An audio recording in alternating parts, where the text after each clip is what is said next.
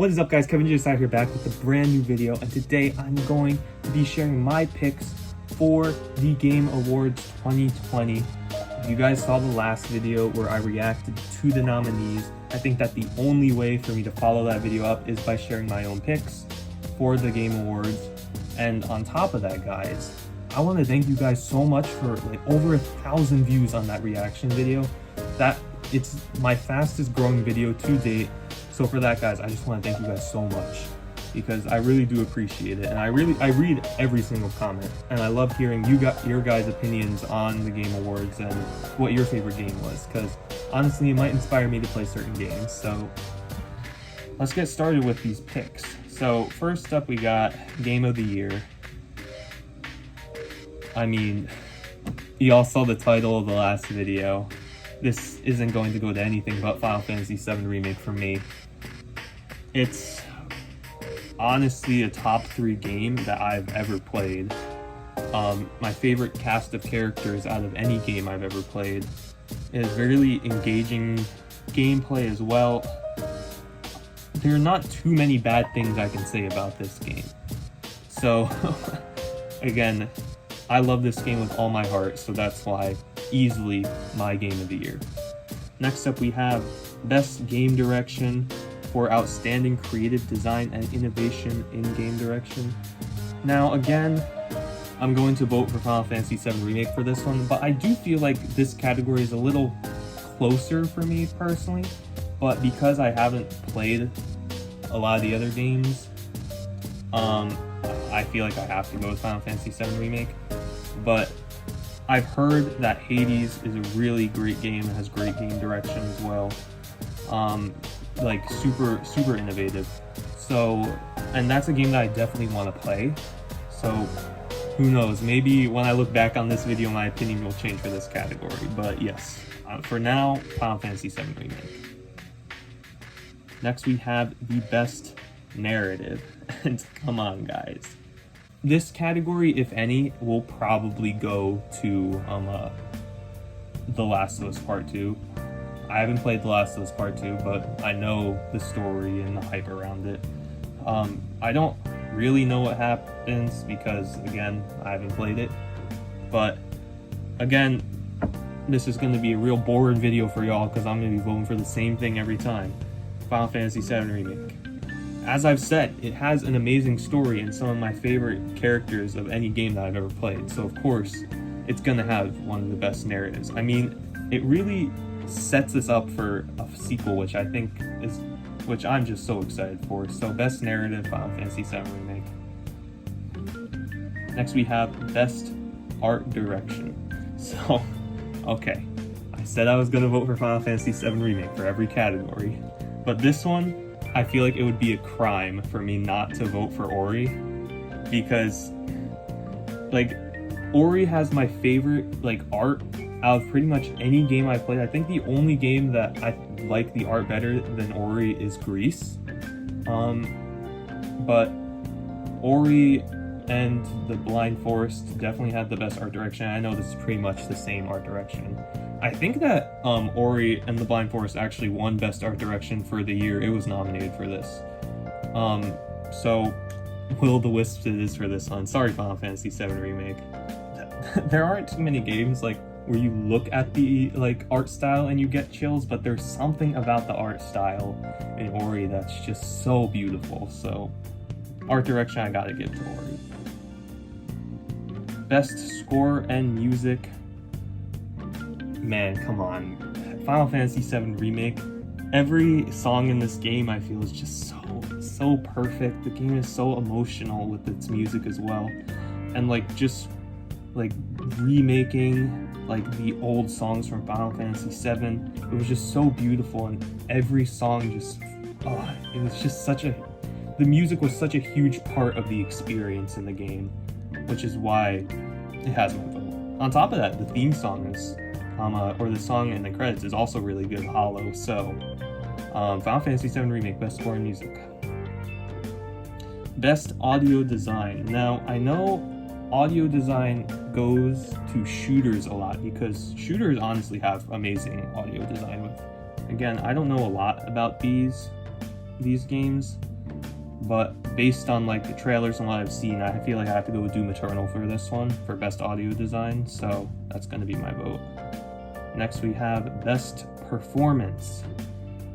This one I have honestly no clue who to vote for. I know that what I've seen is the Last of Us Part 2 main character, what's her name? It says it here, Ellie.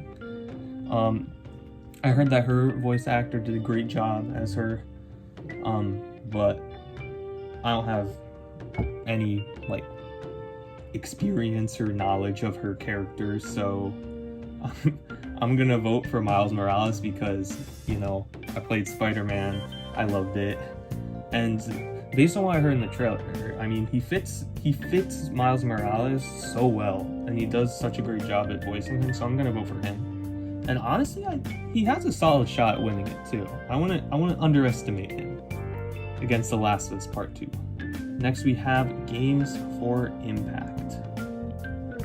Now, looking at, like, this is a category where I have not actually played any of the games in this category. Really, like, it's just a bunch of watching a trailer or something like that. But if we're going off the one, I guess at this point, we have to go off the one which I'm most excited to play, or one that I'm most likely to play. I feel like it has to go with Spiritfarer. This game, when I saw the trailer, it just seems so beautiful, so that's going to be my vote. Best ongoing game. Now, I could care less about what wins best ongoing game, because it just does not matter to me at all. Listen, as long as Fortnite doesn't win best ongoing game, I'm a happy man. And I think I'm just going to give it to COD this year, because I know a lot of people played Warzone, so I'm going to give it to Warzone. Now we have best indie game. Now, best indie game, this one's going to be, I feel, a clean sweep with Hades. And honestly, well deserved. So Hades is my vote for best indie. It's really the only game on here that I'm super excited to play. I know Spelunky 2 looks good, but not really something that I would play. And of course, like I said, Spiritfarer looks like a game I would enjoy. Why Fall Guys is here, I don't really know. I know that it was a big game for a little bit, but like the amount of effort that went into Fall Guys, I feel cannot be compared to the other games on this list. So, and this other game, Carrion? I don't know how to say it. I watched a trailer for this game. It looks really good. But again, we're talking about Hades right here. This is a game that I hope to play really soon, so I have to give it to Hades. Best mobile game. You know what? Freaking Pokemon Cafe Mix. Let's go. Pokemon Cafe Mix for best mobile game. Let's make it happen. You know, Final Fantasy VII Remake Game of the Year, that's the one thing I'm campaigning for. And Pokemon Cafe Mix for best mobile game. Let's make it happen, guys. Let's make it happen. And then we got best community support. Again, I have no clue, man. Honestly, Fortnite has had like some pretty huge community support, even like now. So as much as I don't like the game, like for what it's become, it has had massive community support. So, and it updates super frequently, and it continues to have events that I guess keep people playing, even though the game, I guess people thought would have died long ago, but it's still chugging along. So I'm gonna vote for Fortnite, mostly due to my lack of knowledge in the other categories. But there you go, Fortnite. You got one of my votes this year. Okay, we have best VR or AR game. I don't play VR or anything like that, so this is actually a category where I have absolutely no clue at all what it could be. I do like Star Wars though, so I'll go with Star Wars, but this category I truly am clueless, so innovation in accessibility. Now actually I didn't really understand this category too much. It says recognizing software and or hardware that is pushing the medium forward by adding features, technology, and content to help games be played and enjoyed by an even wider audience. Even after reading that, I don't really know what that means. I'm just gonna give it to the game that I want to play the most, and the game out of these that I want to play the most is Watch Dogs Legion, so I'm gonna vote for Watch Dogs. Okay, now we're getting to like more serious stuff. The best action game. Now, first off, with the Game Awards, I don't really like these categories like best action and best action adventure and best like RPG, because it kind of spoils the game of the year once you reach the end. Because, for example, for best action game, if either Doom Eternal or Hades wins, you know that the other one is not going to win game of the year because it didn't even win the best in its own category. So I feel like these categories kind of like spoil the ending a little bit. But best action game, honestly, again, I haven't played any of these, so I'm gonna go with the one I'm most interested in. That is Hades. I think that I think Hades could win. But its biggest competition is of course Doom, because that's its other Game of the Year nominee. But I'm gonna vote for Hades. And then we have best action adventure game. We have Valhalla, Ghost, Miles Morales, Ori, Fallen Order, and Last of Us Part 2. Now the interesting thing about this category is that I could see myself playing every single one of these games, but I haven't played any of them. Mostly just due to time. I actually already have Ghost of Tsushima, and I plan to get Miles Morales as soon as I get a PS5. Honestly, I wanted to get Fallen Order, but just not having time, and I'm definitely gonna get Ori.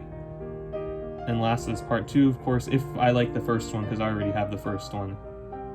Yeah, I could see myself playing any of these games, so this is honestly a pretty stacked category.